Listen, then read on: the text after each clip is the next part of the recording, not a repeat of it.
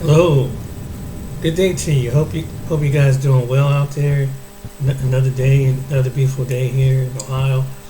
Well, um, I started on a different topic, a subject, and as we go, I want to do one about history, and it's going to kind of grab your emotions when it comes to history, part of history that they want to take out in school. They're trying to get rid of the internet. They're trying to get rid of so the next generations don't know what the ugly side of what America did to a certain demographic of people, which has happened to be black people.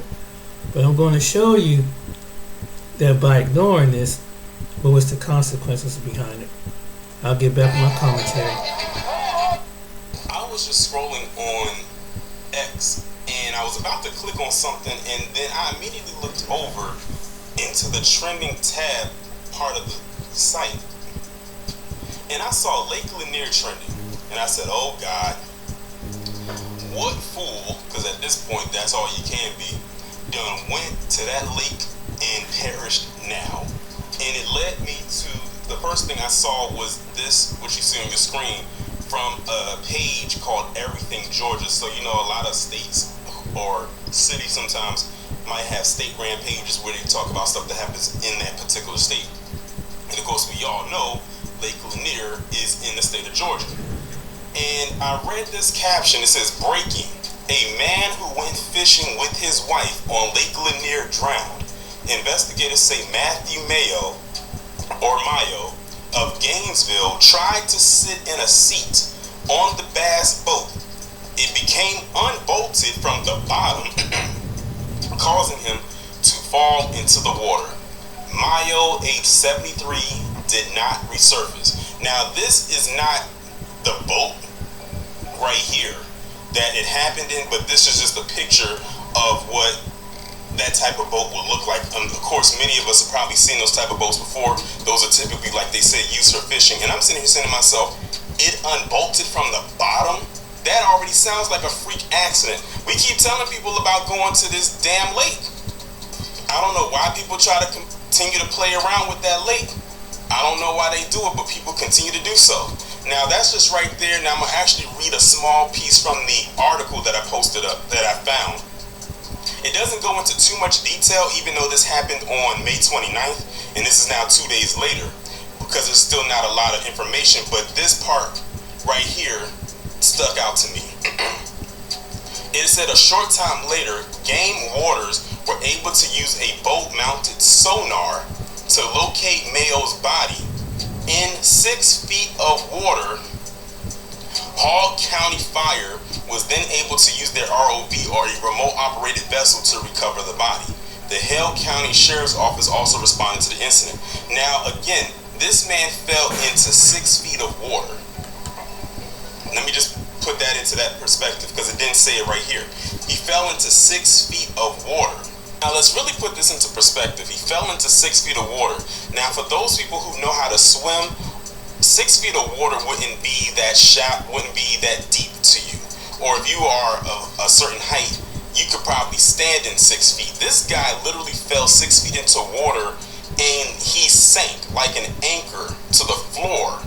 And usually, typically, when people drown, what'll happen? Calling all deal masters, what if your next big score wasn't a deal, but a game? Introducing anchor to the floor. And usually, typically, when people drown, what'll happen is they will float back up, and typically they'll be face downwards, like laying on their stomach. But he didn't float back up. They had to use a sonar device, or some kind of device to, one, locate him, and two, to bring him back up. He was not sitting at the top of the water when they went and got him. He was still at the bottom of the ocean floor. It's almost as if something pulled him under. Now, keep in mind, remember, something happened with the boat. That was already freak accident or freak of nature right there. But the fact that he fell and sank 6 feet, again, which would not be deep to a lot of people, especially if they know how to swim or are tall enough to stand in that, and he just stayed there and didn't float back up. And they had to use equipment to find and pull him back up. We keep warning people about this lake, but people want to still go out there and play around with it like the lake is playing with them. Y'all can have it if you want to. Now, this is coming from a person who likes the water, not the best swimmer, but I wouldn't take my risk with even putting my foot in the edge of the water over at that lake. I wouldn't even go to the beach part of Lake Lanier. That's how weary I am of that. But you have people out here like this man, unfortunately, who continues to go out there and still wants to play around with it like it's some game. We keep telling people over and over again, Lake Lanier is not the place to do it. There's so many other lakes and beaches that you can go to. Why do y'all choose to go to that one? It boggles my mind. It really does. But really put in perspective everything that I just said here. What happened to this man's boat? 6 feet of water. He sank to the bottom of the floor, never floated back up to the top, and they had to use equipment to find and pull him back up. Yeah, but you know what? We can talk about Lake Lanier until we're blue in the face, and unfortunately there are going to be people still out there who are going to be gullible enough to still go there as if this lake has not been talked about for many years, whether in televised news or internet-based news. But y'all can go ahead and have at it. I'm not even going to try to be a part of it.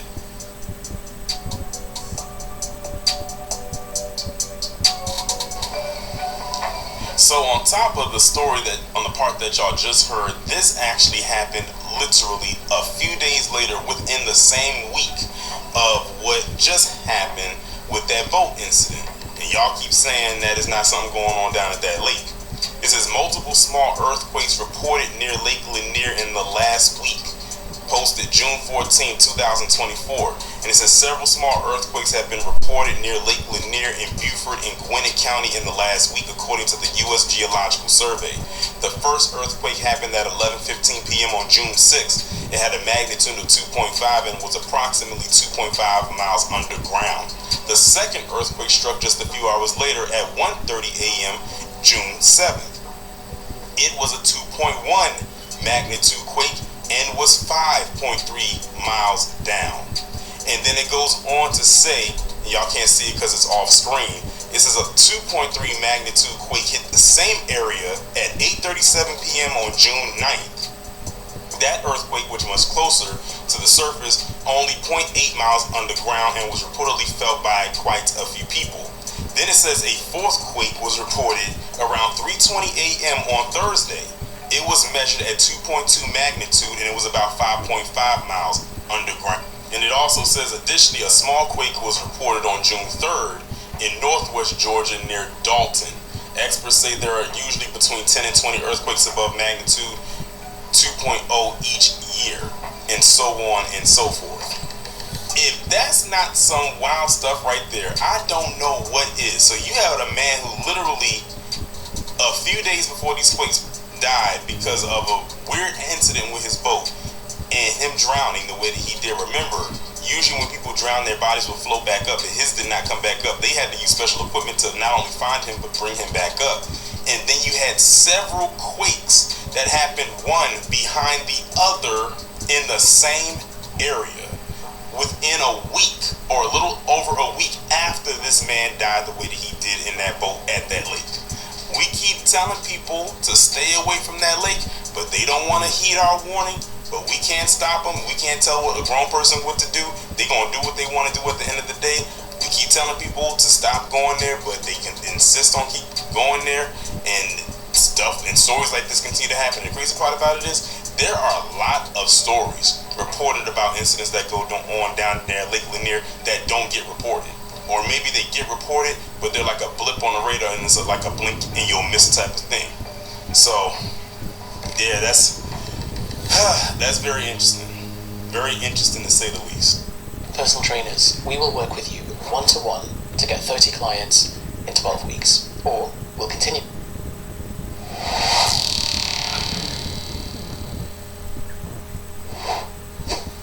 Wondering whether you read the topic right or not? Yes, you did. Your eyes ain't playing tricks on you. That was how we also felt when we first heard about this part of history of the slavery era. One would think that he or she has heard the worst of dehumanization done to the African slaves exported from the motherland, until you heard of a new low. The readily referenced instance in history is that of the southern U.S. U.S. state of Louisiana, where it was even passed as a law. Before we go further in this video, we want to remind you to sit back with all the interest you could muster on this one, for we bring to you true history, how African children were not spared in the slavery experience even until this day, in spite of abrogation of the inhumane system. While we are at it, support our work by kindly hitting the thumb button. Share with friends and families to keep spreading our eye-opening Black narrative. And subscribe to stay with us for more interesting and revealing videos. Come, let us delve in.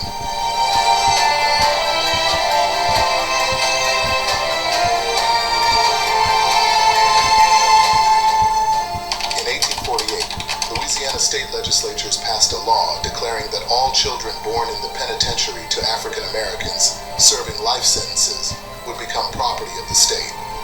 The women would raise the children inside the prison until the age of 10, at which point they would be auctioned on the courthouse steps. Many of the buyers were prison officials, including heads of the company that ran the penitentiary. The proceeds were used to fund schools for white children. Before the Civil War, most prisoners in the South were white. The punishment of enslaved African Americans was generally left up to their owners. Louisiana, however, did imprison enslaved people for serious crimes, generally involving acts of rebellion against the slave system. A number of these imprisoned slaves were women. Penitentiary records show a number of women imprisoned for assaulting a white, arson, or attempting to poison someone, most likely their enslavers. Some of these female prisoners became pregnant, either by fellow inmates or prison officials. It was the children given birth to by these female prisoners that got auctioned to fund white children's schools. Unknown to many, prison labor was established as a temporary solution, and it was introduced to cater to whites from Britain who were mostly convicts shipped to Americas to serve their sentences. Before the American Revolution, Britain used America as a dumping ground for its convicts. In 1718, Britain passed the Transportation Act, providing that people convicted of burglary, robbery, perjury, forgery, and theft could, at the court's discretion, be sent to America for at least 7 years, rather than be hanged. The convicts were chained below ship decks and brought across the sea by merchant entrepreneurs, many of whom were experienced in the African slave trade. Just a few companies dominated the business, and they charged British authorities up to £5 for the transport of each convict. But the fee was not enough to entice merchants to cross the Atlantic, so Parliament granted contractors property and interest in the service of felons for the duration of their banishment.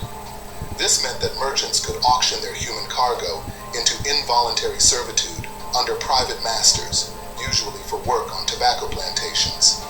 Planters often preferred convicts to slaves. They were cheaper, and because they served limited terms, they didn't have to be supported in old age. Approximately 1/4 of all British immigrants to America in the 18th century were convicts. I leave the old county.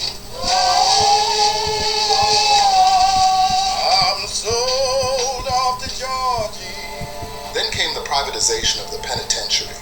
In the early 19th century, the United States was exporting more cotton than all other nations combined. The frontier was constantly expanding, opening up more land for cotton, and it seemed impossible to lose money on real estate. New Orleans had the densest concentration of banking capital in the country, and money poured in from Northern and European investors. Then, in 1837, the bubble burst, sending the United States into its first Great Depression. Louisiana needed money, and the penitentiary became a target for belt tightening. In 1844, the state privatized the penitentiary, leading it to a company called McHatton, Pratt & Ward. The company was responsible for the operations of the prison, including feeding and clothing inmates, and it could use inmate labor toward its own ends. The company put inmates to work from dawn till dusk in the penitentiary's textile factory. These men laid aside all objects of reformation, one prisoner wrote, and reinstated the most cruel tyranny to eke out the dollars and cents of human misery. Men who couldn't keep up with the work were beaten, scourged, and whipped, sometimes to death. There was therefore the need for Louisiana to generate as much money from the prisoners for the penitentiary private management company, and, more so, still have something left for the state. Hence, one of the readily considered solutions was to auction out children of enslaved female prisoners. And as if this was not heinous enough, to thereafter use such proceeds to develop schools for white children was another low. At the age of 10, these children were auctioned to the highest bidder, with the proceeds going to the state treasurer as part of the Free School Fund. Sales records between 1842 and 1862 for the East Baton Rouge County, for the process classified as sheriff sale records, indicate that 11 children were taken from their mothers at the state penitentiary and auctioned on the steps of the county courthouse in Baton Rouge. Records also indicate that penitentiary officials who own plantations purchased several of the auctioned children, who were made to start hard labor on plantations at such very early ages. More than a century and a half after, one would have expected the fate of people, and especially children of color, to be better. Sadly, the situation has not been much different. Aside from the official abrogation of slavery, slave trading, and the recognition of freeborn for all people of color and their children, still suffer racial injustices based on their skin color and ethnicity. For decades, the N-word was freely used. Though it has been officially disallowed in the US and other countries, its usage in unofficial and inner circles is an open secret. Similarly, many other ethnic slurs are also still being used in people's inner circles, and sometimes publicly when they can get away with it. Slurs such as rigging, alligator bait or gator bait in short for black children, ape Aunt Jemima or Aunt Jane or Aunt Mary or Aunt Sally for black women in contrast to Uncle Tom for black men. Year in, year out, ethnic mockery has come to become a thing. Even with the introduction and public acceptance of February as the Black History Month in the US and Canada, the United Kingdom and Ireland celebrate Black History Month in October. Unfortunately, rather than entrenching the ideals on which the celebration was meant for, February is fast becoming the month in which most of the ethnic mockery now happens. And guess what? The supposedly abolished slave auction is now digital and internet enabled. Reported cases of black students being put up for mock auctions have been in the media for a while and until very recently. So much so that it's giving the NAACP, National Association for the Advancement of Colored People, great concerns. In February this year, 2024, the local chapter of NAACP at Greater Springfield, Southwick, Massachusetts, had to push for an investigation in the Southwick Regional Public School District after reports of racially charged bullying at their local high school, with allegations that white students held an online slave auction to bid on their black classmates. We want the school district to take these allegations seriously, said Bishop Talbert Swan, the Springfield NAACP president. Weeks into a month for the supposed celebration of Black history, there were reports of possible racially charged discrimination against black Southwick Regional High School students. Speaking with reporters about the alleged incidents that included white students holding an online slave auction, as well as use of derogatory racial remarks against a black female student, Talbert Swan said, "In 2024, for that type of behavior to be going on among teenagers lets us know that we have a myriad of problems, one of them being the fact that racism is being passed down from generation to generation." The local NAACP branch sent a letter to school district leaders, including the principal of the high school, and Jennifer Willard, the superintendent of the Southwick Tolland Granville Regional School District, to demand an investigation into these alleged incidents of racial bullying. "We want them to be concerned about the well-being and the safeguarding of the student instead of their reputation," said Bishop Swan. "This is time for course correction, not CYA behavior." These allegations aren't the first time the district has run into problems. In 2022, there were reports of racial vandalism in one of the men's bathrooms at the school. At the time, in an email to parents, the principal called it one of the most disrespectful and hateful acts that he witnessed on campus. As history seems to repeat itself, Bishop Swan said it's time to take action. The dignity of human beings should take place 12 months out of the year. added Bishop Swan. But we do put a special emphasis on the month of February. To have to deal with young men engaging in this type of racist, disrespectful type of behavior during this time is reprehensible. Responding to the incident, Hampton District Attorney Anthony Gallooni took to Facebook to address the issue. He wrote that 6 juveniles were criminally charged in the Southwick racial bullying incident. He authorized members of his office's Massachusetts State Police Detective Unit and the chief of the Juvenile Court Unit to pursue criminal charges against 6 juveniles for their alleged roles in facilitating and participating in a hateful, racist online chat that included heinous language, threats, and a mock slave auction. Gallooni shared that hatred and racism have no place in the community. I will ensure that we act, and act with swift resolve as we did here to uncover it and bring it to the light of justice, he stated. Going further, he pointed out that the alleged behavior of the 6 students is vile, cruel, and contemptible. He further emphasized that seeing such ugliness among middle school students is discouraging, unsettling, and deeply frustrating. The juveniles have been charged with the following. 1 juvenile has been charged with interference with civil rights, threat to commit a crime, and witness interference, and 4 other juveniles have each been charged with threat to commit a crime, he explained.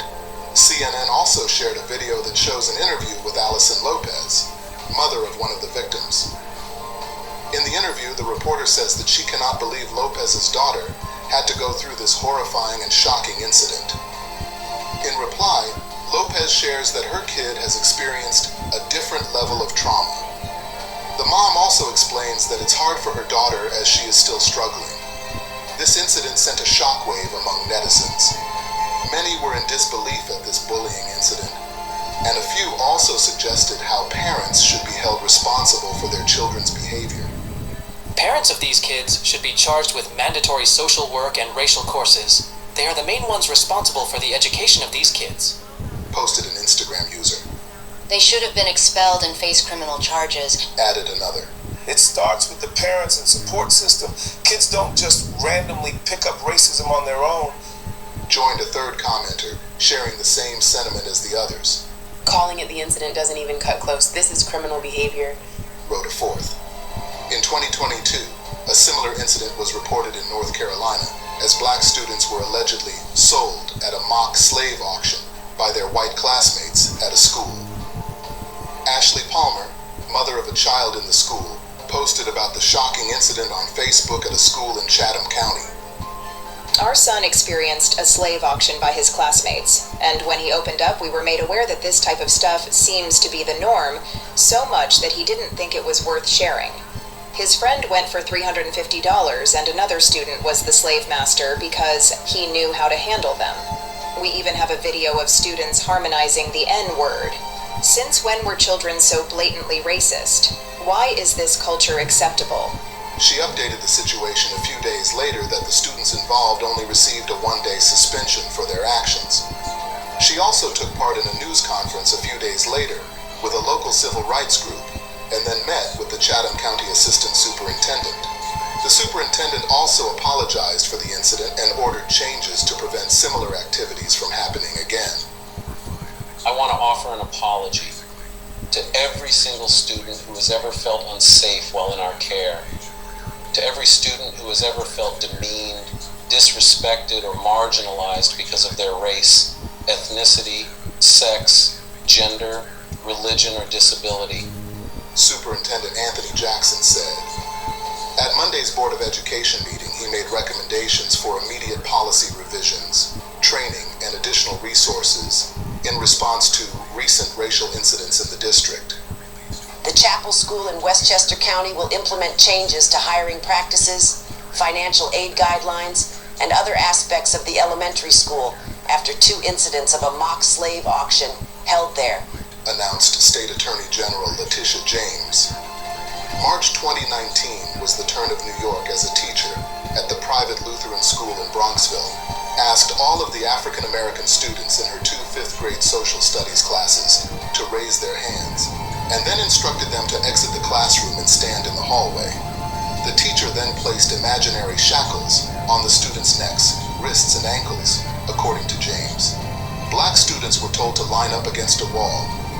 The teacher then pretended to hold a slave auction in front of the class. The teacher was fired following an investigation by the state attorney general's office. Complaints against the school were not new, according to James. Parents had taken up issues with the school's lack of racial sensitivity, unequal discipline of students on the basis of race, a lack of racial sensitivity and awareness in school curricula, and a lack of diversity among the teaching faculty. The agreement requires the school to do the following. Number 1, hire a chief diversity officer, subject to the Attorney General's approval. Number 2, develop and submit a staff diversification plan proposing steps the school will take annually to increase minority representation among the school's teaching faculty. Number 3, commit new financial aid to maintain and increase diversity within the student body. Number 4, submit a new code of conduct, subject to the Attorney General's approval, governing all school community members and specifically addressing racial and ethnic discrimination and harassment, as well as other prohibited behaviors. Number 5, submit a school discipline reform plan intended to ensure equal application of disciplinary techniques to all students, with an emphasis on providing constructive feedback and teaching alternative or replacement behaviors to students. Number 6, identify and retain a diversity consultant to assist the school in developing training protocols to train students and school employees on racial or ethnic diversity and sensitivity in the educational setting, with training to follow no less than twice per academic year. Number 7, create a formal complaint procedure that students or parents may use to notify the school of complaints regarding harassment or discrimination and publicize the new procedure to school community members, and maintain records of complaints, investigations of complaints, and the implementation of other elements of relief in the agreement. Whereas in 2017, outrage of parents at a New Jersey school after white students held a reenactment of a slave auction of a black child during class could not yield any result. It was simply excused by a spokeswoman for the South Orange Maplewood School District outside New York, who said that the assignment was not authorized by the district.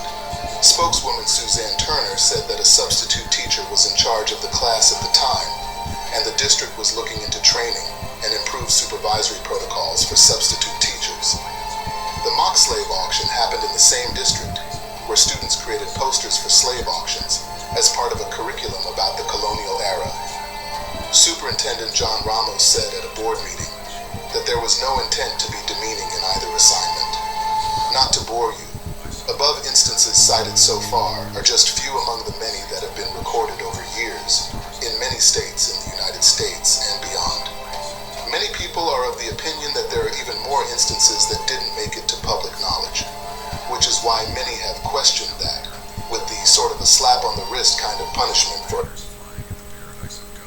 I want to show you this other video, because everybody thinks this is hilarious, but these young people don't know what's coming.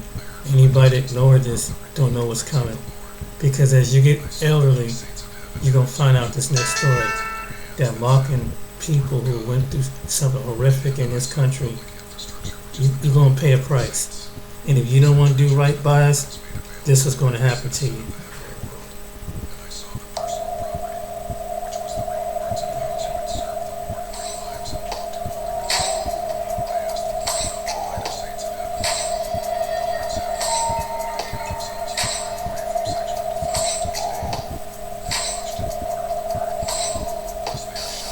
Guys, welcome back to my channel. It's your girl Rosie, and today we are going to be diving into some deathbed confessions, the spiritual reparations edition. Strap in tight, because oh my god, these stories are insane. Okay, insane. So, don't forget, I will be listing all of the creators' videos, I will be listing all of the creators' handles in the description box below, just in case you want to go onto their channel and give them some love and see whether you vibe with them. You might want to follow them, but I want to give them their due because these are their stories that I am sharing with you guys, so I will be doing that. But guys, just get some popcorn. Okay, quick story that has me literally shaking right now. So for context, I drive trucks, and I stop at this Denny's to grab a coffee because I'm addicted to caffeine. I went in there to get my coffee to go, and then I walked to the bathroom, but as I'm walking to the bathroom, it's this old guy sitting to the left with about 12 people that's celebrating his 89th birthday. I got a call from my dispatcher, and he was like, yo, you can chill, no rush, they're not ready for the freight, so you can relax a little bit. Sat down, ordered some food, so now I'm sitting like across from the guy that's celebrating his birthday. Time goes by, I'm down there at the end of my meal, and everybody that basically came to celebrate with him had left, so now it's just him and his wife. So as I get up to go wash my hands, I see him and I give him a smile. I'm like, happy birthday, young man, 89, that's a lot of memory to have. Here's the thing, I don't even know why I said that. He could have had Alzheimer's. I'm not even sure what I meant by that. But that's what I said, and he said, well, thank you, young man. And he smiled, and he kind of just stared at me, and I just walked back there and washed my fucking hands. So I come back, and his wife is gone. She's talking to some other lady that goes to the same church they do, and he sees me, he says, come here. And I said, yes? And he said, there are way too many things that I wish I could forget. And I said, yeah, man, you make it to damn near 100 years old, I'm pretty sure you got a handful of regrets. And he looked at me with the most serious look ever and said, you have no idea. Well, now I'm curious. Do tell. He said, you know, I used to be a firefighter through the 60s and 70s. I said, that's what's up. That's a very commendable job. And he said, yeah, it should be. He said the 60s and 70s was a different time in every way possible. You know that, right? And I'm just like, yeah, no shit. He said back in those times, I was a way different man, and who knew that we'd get to the point where we are in society today, and I'd be feeling the way I'm feeling about the decisions that I've made back in those times. So I'm like, man, if you won't fucking tell me, bro. So right before he took a very long pause, he looked at me and said, back in those times, it was very common for firefighters that looked like me to leave people that looked like you in burning houses and buildings and horrible situations just to say they couldn't get to us. He said more times than he'd like to admit, he would hear screaming black people and children in burning buildings and houses and apartments and stores and cars, and he would literally just pretend he didn't hear it. He said his last time doing it was when he made eye contact with the baby that he deliberately went into a building to save and deliberately didn't. And he said that was the last time he did it, and he quit that year. He said the nightmare still hasn't stopped. He still hasn't forgiven himself, and therapy helps, but it's still a living nightmare to have those memories. And I guess that shit just shocked me so much because when it came to firefighters, I never thought of them like that. Like when it came to like police officers, lawyers, and judges, and everybody else, we knew they didn't give a fuck, especially police officers. We knew they didn't give a fuck about us. But I don't know why that didn't click to me that no, it was everybody that hated us. Everybody had a hand in deliberately making our lives worse. When I calmed down from being bad enough to want to pull the plug on his ass, I thought about it, and I was like, of course they did this. Of course they did this shit. Duh, like, why was I even shocked? Like, of course. But it is something that I cannot think about for too long, because that visual of you fake going to save somebody and not saving them because of the color of their skin and the entire 911 understanding, because, oh yeah, you couldn't get Jamal, oh well, just another one gone. Like, that shit, I don't know. The conversation ended with him staring at me, making that last statement, and me staring back at him, telling him I gotta finish my route. I hope you enjoy the rest of your birthday. And the last thing he said is, I hate myself for it. And I said, my boss is calling. I hope you enjoy the rest of your birthday. I've had so many people hit me up in my DMs to tell me that shit is still going on. So many 911 workers to tell me, so many nurses, so many cops, so many people tell me that shit is still going on. And it's weird because it's like, you ever find out some information you already knew the answer to? It's like, yeah, I know that, but to hear it out loud from people that know it for sure is way different. I don't know why he chose to tell me, but I'm pretty sure I'm not the only black person that he stopped and told this shit to. Just don't understand how somebody can be so evil and just one day not be. How a society can give birth to and breed so many heartless, soulless people for them to just wake up one day and be like, maybe we made a mistake. And this is just one of the few of them that feel like they actually made a mistake. A lot of them feel like it was nothing wrong with what they were doing and wish everything was still the fucking same. Here's the thing. This incident happened over 3 months ago. I recorded that video 3 months ago. It's been in my draft that long. I didn't want to fucking post it, but for whatever reason, I could not delete the shit. So the other day when I was going through all my drafts and I was looking and I was going through and trying to figure out what to post, I kept seeing that shit and I swear to God something said post it now. Post it now. Because I usually just delete them after a couple days if I don't post them. But something said post it now. Right fucking now. And I did. Now I really wish he didn't tell me this shit because me being cursed with the burden of that information did nothing but fuel my imagination, and now I can't get the images out of my fucking head. But also, we have images of racist white firefighters spraying black people with the fire hose on the hardest pressure, ripping our fucking skin off. And this is shit that we can Google. We can look that up on YouTube. Then why is it so hard to hear that they let us burn? Why does that feel like a different level of evil? Why is that still so surprising? Like, but then again, it's not.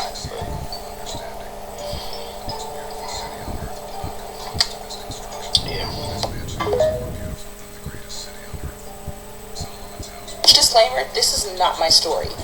I may forget bits and pieces of the story as I go along because this all went down last summer. Basically, on Twitter, there was a nurse that was saying the amount of times I've heard a racist confess something heinous to me while they were in hospice care, I've lost count. And other nurses took the screenshot and replying to it on Nurses of TikTok and were making videos of how racist people were on their deathbeds and were explaining how their patients were begging for forgiveness and stuff like that. Trigger warning to this story.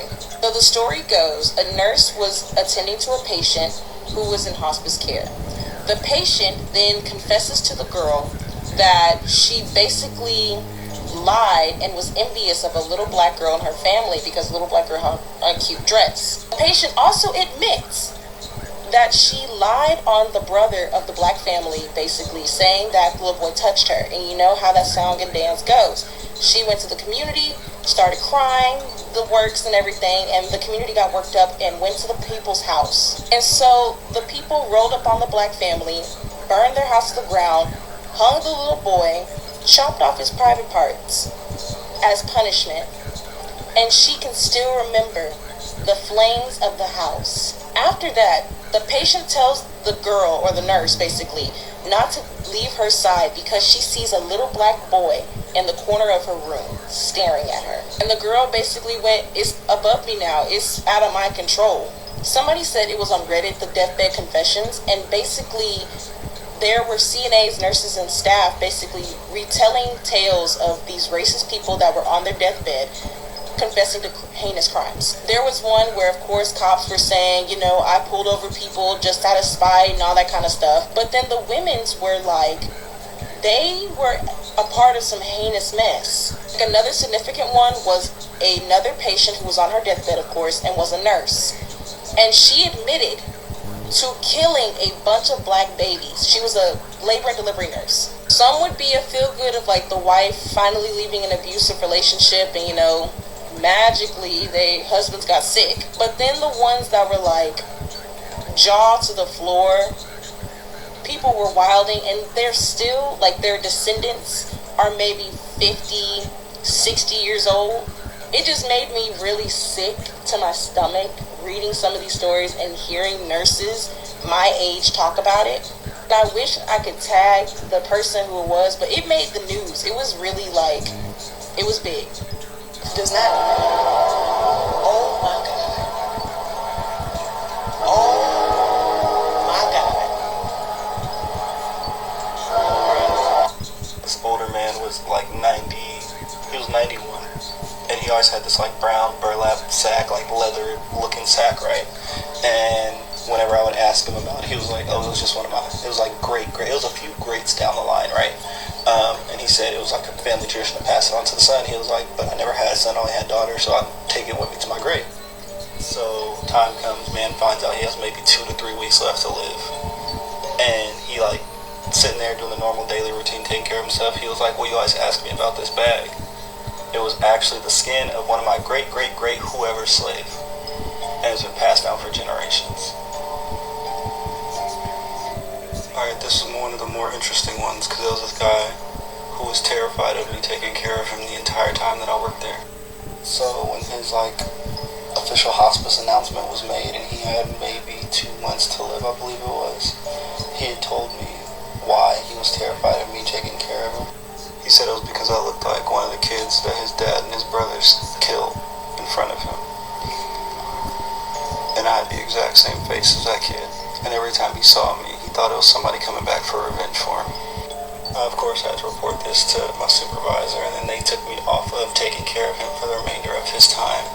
And they monitored him a lot, and there would be some days where I'd have to cover shifts in there, and he would just be utterly terrified by the sight of me. That guilt runs really strong with them. I've gotten this comment a lot. Yes, there's a whole procedure. You write down every detail they give you, and then police reports are filed. They're reported to the higher ups. They usually die before any real prosecution can go through. But if they have any leads that can help with old cases, it does help. But I mean, what can you do to that person? Families are usually informed right after they're kicked out of the facility and have to be in a hospital until they pass. But I haven't worked there in 6 years. The facility got shut down. They were sued. There was a whole class action lawsuit. Hell of us got paid out for emotional distress and a lot of other things. But yeah, there was a lot going on there. When your dad was chief of police there, he come home and told me he knew three or four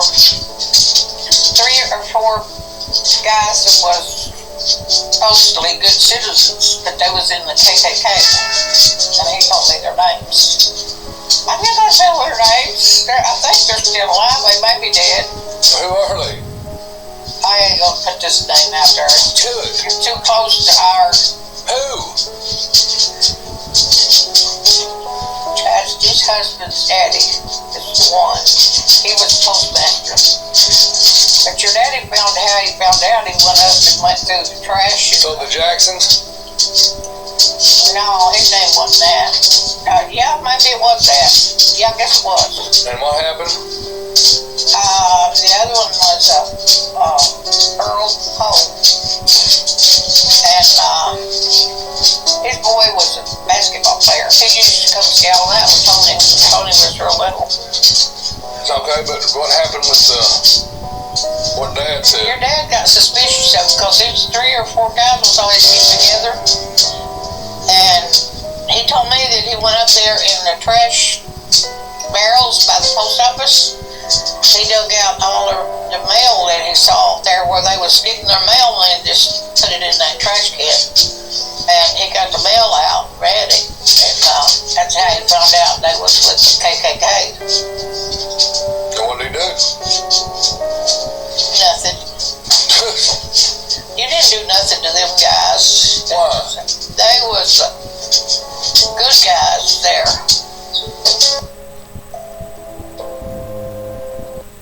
I've literally watched all the stitches to this video, but this story that I'm about to tell today, even though it happened years ago, still gives me chills, and I feel like it has a lot to do with why I quit my job. So I used to work in long-term care, for those of you that don't know, pretty much a nursing home. I was a certified nursing assistant out of high school. This was my first big girl job, okay? So when I first started, I didn't know a lot about the different types of shifts, but there's pretty much 7 to 3, 3 to 11, 11 to 7. I worked the 7 to 3, which was 7 o'clock in the morning until 3 o'clock in the afternoon. As time went on, I slowly started to transition to 3 to 11 to work around my college courses. But every now and then I would pick up an 11 to 7 shift. It didn't take long before I started working there where people were telling me about this one particular resident that had an issue with people of a certain color coming into his room. I didn't have too much interaction with this resident because, like I said, I only worked 7 to 3, and you didn't have to do a lot for him. Just go in and check on him and make sure he was okay. Bring him his food tray. Every now and then he might ask you for help to go to the bathroom, but that was about it. I had heard that this resident could get kind of nasty sometimes. I also heard that he had dementia, so he was seeing stuff. And I also remember going in his room a couple times and seeing all of the mirrors in his room covered up. This is gonna come back later. So on my first 11 to 7, we'll call this nurse, Patty. Patty pulled me aside and she was like, hey, this is the list of people pretty much doing the report for when I first, clocked in, starting my shift. She told me who I had, who was total assist, which I had to do everything for, and who I could pretty much, let.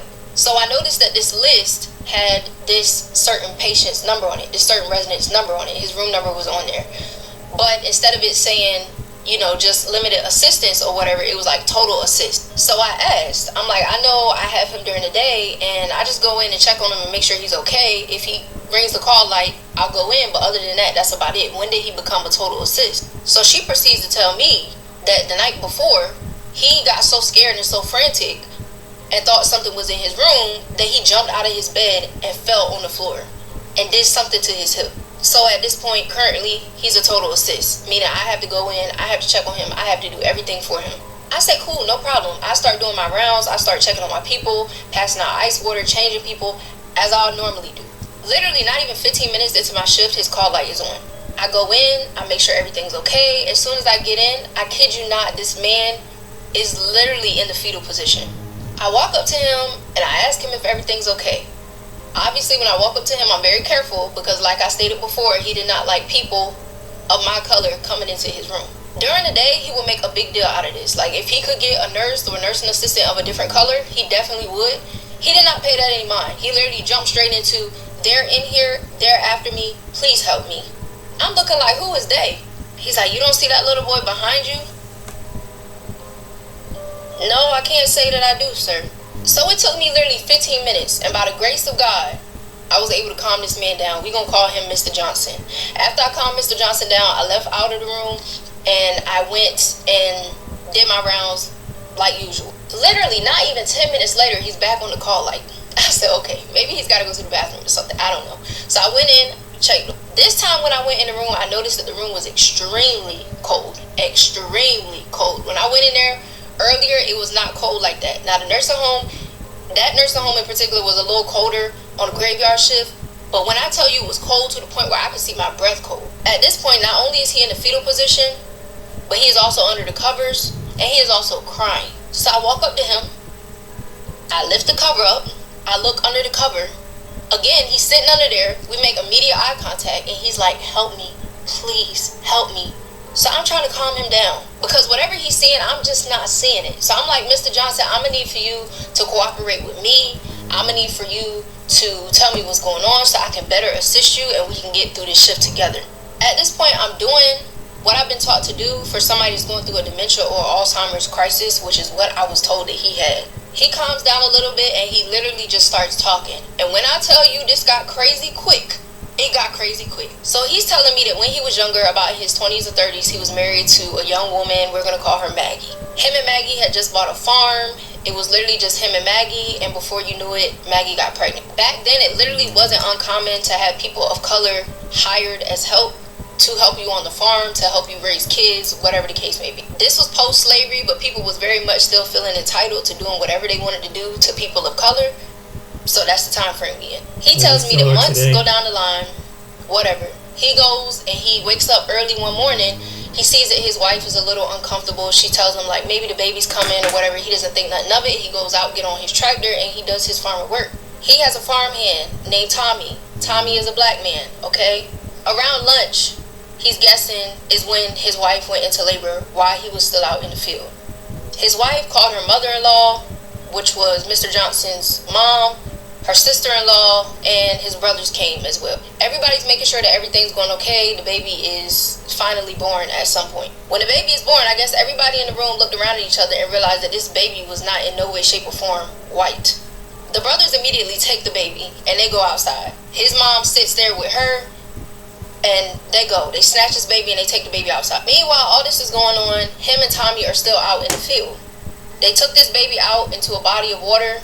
And I will not be saying what they did to this baby, but you can only imagine for the time period. Him and Tommy finally wrap up their work for the day and he heads back to the house. When he gets inside the house, he sees his wife sitting there with his mother. His wife is crying. His mom's just sitting there irritated and pissed off. He asks what's going on, and that's when she gives him the whole rundown that your wife was pretty much sleeping with your field hand, and this is the situation that you're in. So he asks, where's the baby? And the mom says, your brother's taking care of it. Don't worry about it. You need to figure out what you're going to do with her. Meanwhile, this is going on. His brothers have went and got Tommy out of the field. The things that they did to Tommy on TikTok, but just imagine the torture and everything that he went through. They literally just left him there in that field. They left him there in the middle of the field. This man proceeds to tell me that when he finally figures out what happened and what his brothers did, they literally acted like nothing ever happened. And every night, Tommy and his son will come and visit him like clockwork. At this point, when I tell you the chills are running up my spine, literally every hair on my body is sticking up. I don't know what to say. I'm like, when they say frozen in fear, I was frozen in fear. Because it's like, as soon as he told me that story, I could pick up on what was in the room. Before, I couldn't pick up on what it was, but I could immediately feel something else in the room with us. After he told me the story, I finally got him to calm down and he went to sleep. He slept for literally a couple hours, and at this point, we're at 3 o'clock in the morning. Like clockwork, he hits that call light again, I go back in. I remember walking into the room, and all of the sheets were taken off of the mirrors, which I thought was very strange, because he wanted his mirrors covered up for a reason. I went over to Mr. Johnson, and I touched him to make sure that he was okay, and this man was ice cold. He had died.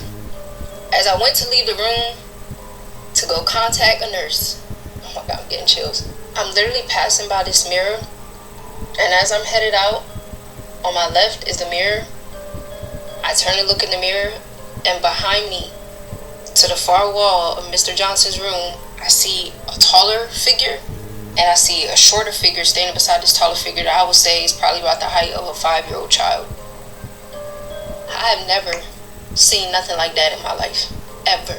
And I cannot explain the amount of fear that ran through my body, but I got out of that room so quick. I will tell you that. The crazy part is that when the nurse came in, we could not understand how these mirrors got uncovered.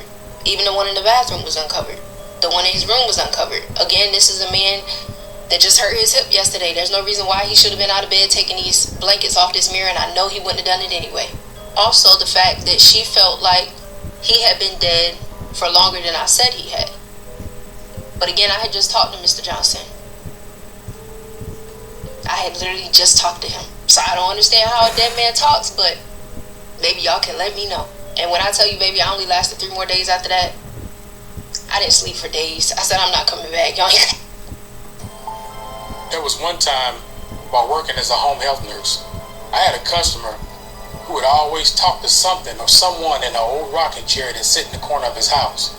Now, the first several times, I just thought dude was delusional or suffering from schizophrenia or something.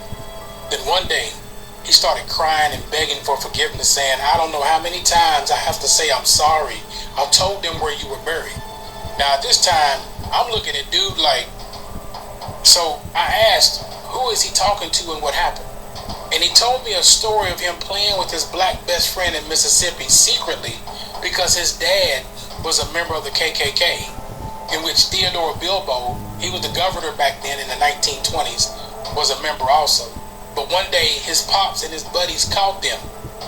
He got slapped across the face, and he told him to never have those N-words at his house. Then his father and his friends beat the little black boy until his chest caved in. He said he heard the bones cracking. Then he said they cracked his head open. Then they buried him near a swamp, and he was told never to tell. And he said that secret and those spirits has haunted him everywhere he has moved. He asked if I could forgive him for all the damage that he's done to black people. Now me, I told him, even though you seem like a cool person, and I enjoy working up here with you and your family, but I wholeheartedly cannot and will not. Those are called spiritual reparations. Y'all got cheated with the Miss Sue story because that music was so goddamn loud. I don't know where the volume adjusted itself because I put it on 10% and it came out at 300. So let's go ahead and just run that back for the people where the music was so distracting that they couldn't even get into the story. So this came from one of my followers named Nova Hans, and she basically told a story about how she worked in the second oldest psych facility in Philadelphia, Pennsylvania, and she had a patient named Betty, and her roommate name was Sue. One day out of nowhere, Miss Betty said that she wanted to change rooms. Confused by this, of course, Nova was like, why would you want to change rooms? I thought you guys were friends. And Miss Betty politely corrected her and was like, we are not friends. Okay, we are associates at best. And then proceeds to tell Nova the reason why she wants to change her room is because of the black woman that's been visiting them every night at 10 p.m. like clockwork. So Nova was like, what black lady? Right? And Miss Betty says, listen, it's a black woman that comes here to visit Miss Sue. She is a young woman in her 20s, dressed very nicely, except she has a noose around her neck, her eyes are missing, and her face is swollen. She also says that the night before she had a terrible nightmare. She knows what Miss Sue did to this young lady, and basically that the young lady let her know that she was coming to collect rent. Okay? And Miss Betty didn't want any parts of it. So they agreed and they moved her room. Once they got Miss Betty, the spiritual reparations commenced. Okay? I'm going to insert the video again. Hopefully you guys can hear it because I was shook. Okay? You cannot tell me that you don't pay for the shit you do in life whenever you about to be unalive. Okay? I wanted to kind of do a partial video response, even though my story is in the comments. It's a lot of nuance to that story. So this is like the follow-up to that. So where I left off was that night, Miss Sue is screaming, like I said in the comments, I'm sorry, I'm sorry, I'm sorry. Now, I worked 11A to 11P, so I was there. Me and the team were there to hear her screaming, right? So we all run down to the room to see what's going on. Miss Sue in there fighting for her whole life, like her whole life. Hands is swinging everywhere. So we kind of jump on Miss Sue to kind of stop her from screaming, and she's like, let me go, they're coming to drag me to hell. And we all jump back like, what the fresh hell is this happening right now? And we're like, what is going on? And she says, in her hysteria, still swinging at the air, she's swinging at the air. She says, and it's giving me chills because I clearly remember her saying, I'm going to hell because I killed this girl. Excuse me? Little southern white lady, what'd you just say? She's swinging, like swinging at the air, like, who, what, they, them, was coming for her ass. And there was nothing we could do about it. It's literally nothing we could do. We just watched in horror. And then Stu let out this blood curdling, like, it wasn't a wail, it wasn't a scream, it was a sound I'd never heard before and pray I never have to hear again. And then it went quiet. And she fell back in the bed. Didn't she have a massive heart attack? Sue had a massive heart attack. That young lady, that black girl came, and whoever else was involved came and got Sue ass that night. I said, you know what? I don't think I'm going to stay inside. But I ended up staying inside. Yeah, so that's really the end of that story. Alright, y'all, bye. Ask for spooky stories. You guys delivered in the comments. And some of the stories I'll let you read them for yourself. Mama Bear 1845. I do in-home hospice. The scariest thing, I'm washing the patient in the bed and he pointed behind me. I turned around and there was a black woman in all black. She was beaten and her clothes were torn. I lost it in my head, kept cleaning, looking behind me. After 3 minutes, she was gone. Came every night till he died. The ultimate dash. Girl, I worked as a CNA. There was an elder W man, and he would talk crazy about two black boys sitting at his table watching him, always side-eyeing him. He did something to those boys, shaking my head. Miss T. Sweets. Sorry if I said it wrong, girl. When I was 14 and my granny was in hospice, I had an experience with her roommate. It was in the 80s, I'll never forget. My granny shared a room with an old white woman, and my granny kept saying, I need them to get me out of this room with her. I am sensitive and been able to see and talk to the dead, even as a small child. Well, me and my mom went to visit her. When we got in the building and began to walk to her room, I could hear the patients crying out. In some, I would see the spirits standing there in their room. When I got to Granny's room, my stomach dropped to my toes. And when I walked in, I could see a young black female in the corner, and her roommate was losing it. I looked at my granny, and she said, you see her too, don't you? I said, yes, Granny.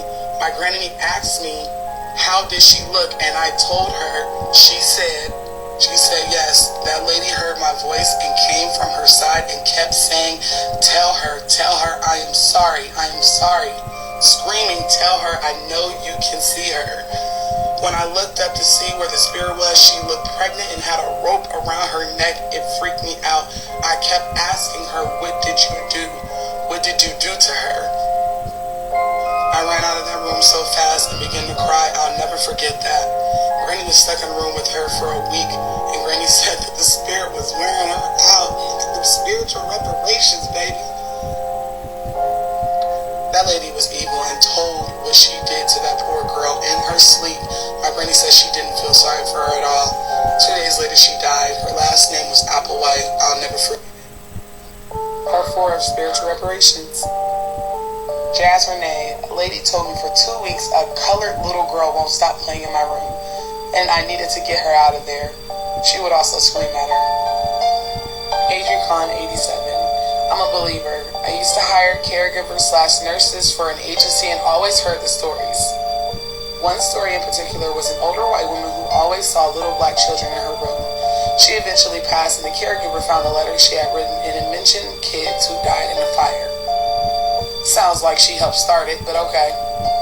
Boobulicious. Girl, I'm a CNA hospice nurse. I used to do it on the weekends. I'm a natural born healer empath.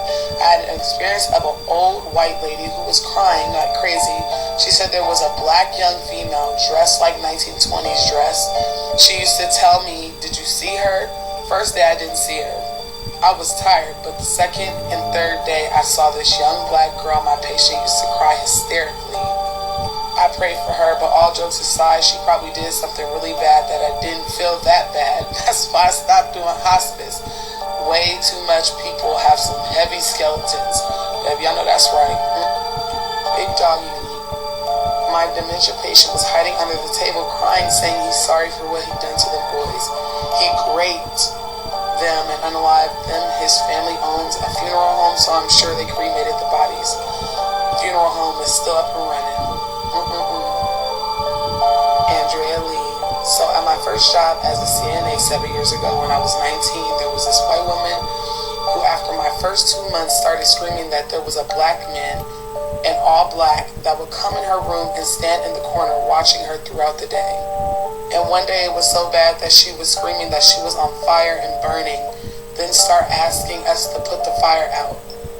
Me and my co-workers were looking at her like, what the fuck, and this went on until she died. Well, I heard hell is hot, so there's that. Crystal, I was talking to my grand about people being met by those they once harmed, and she says they come back for them. I don't know how the fuck she did that.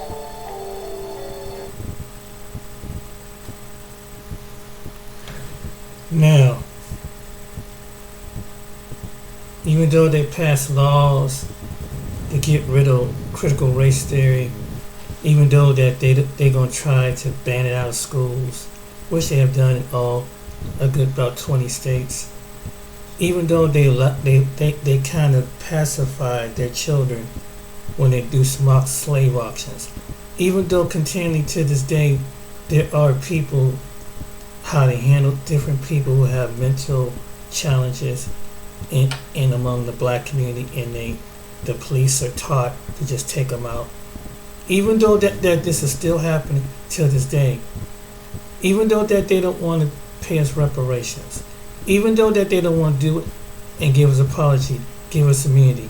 Even though all of this, and they just say, just go away. Stop talking about it. Don't bring this up. La la la la la. It don't exist. I don't want to hear it. Guess what? That didn't belong to me. Well, someone's grandparents picked it up. Now you see what we see. So yeah, you don't have to give us reparations in the physical manifestation, but you will. Your generations will come after you, and will come after your generations, and you clearly see as each generation got older and something happened. Now, with the evil that they done in different parts of the United States, now it's coming back on them. And they got away with it simply because they were, and they thought they can get away with it forever. Now you see, you don't get by, you don't get away.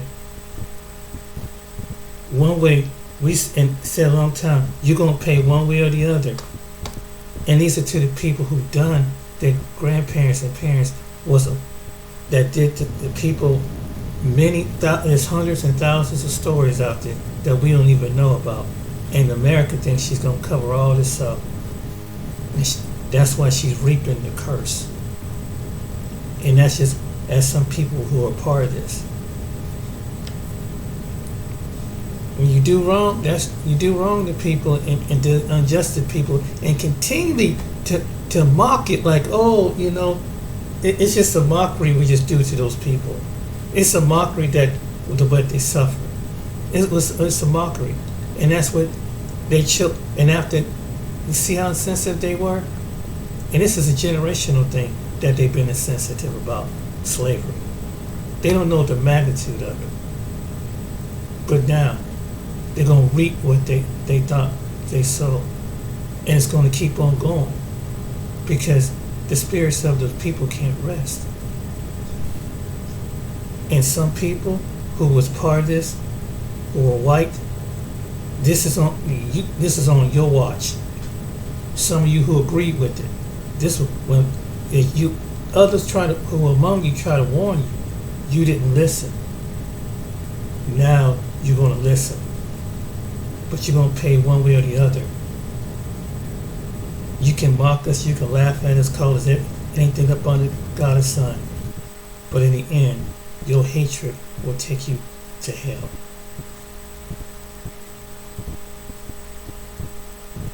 Just like it did. And there are people in hell because of it. Think about it. You think it's over? It's not over. If you don't do what's right, this land is cursed. It got so much blood. 5 centuries of this. 5 centuries of people, so much bloodshed. Because you didn't see people that look like myself as a human being. And you wouldn't disregard an animal like that. But now, it's payback. It's payback. Payback's a bitch. And that's why I say they can run, they can hide. They can't run away from this no more. Them stories, I believe it.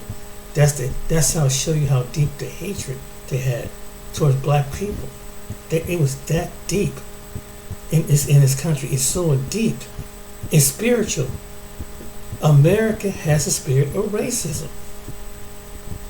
And now you reap and hearing stories of it. People are being subjected to it. Don't cover it up. We shall overcome. It's not over until God makes it over. Do what's right. But they won't do what's right in America because they'll continually ignore it, mock it, and put it to the side. And then they'll brainwash other black people to think just like them. But it's nothing even those black people can do. Even though you agree with, no matter what party or you're far from, whether you're a Republican or a Democrat,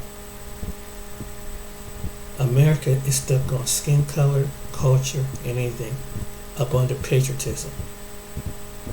That's part of the patriotism. All the isms in America. Alright then, ladies and gentlemen. It is what it is. Black people, don't worry. More of it's coming to those who keep ignoring our pain. See ya, nigga. Be blessed.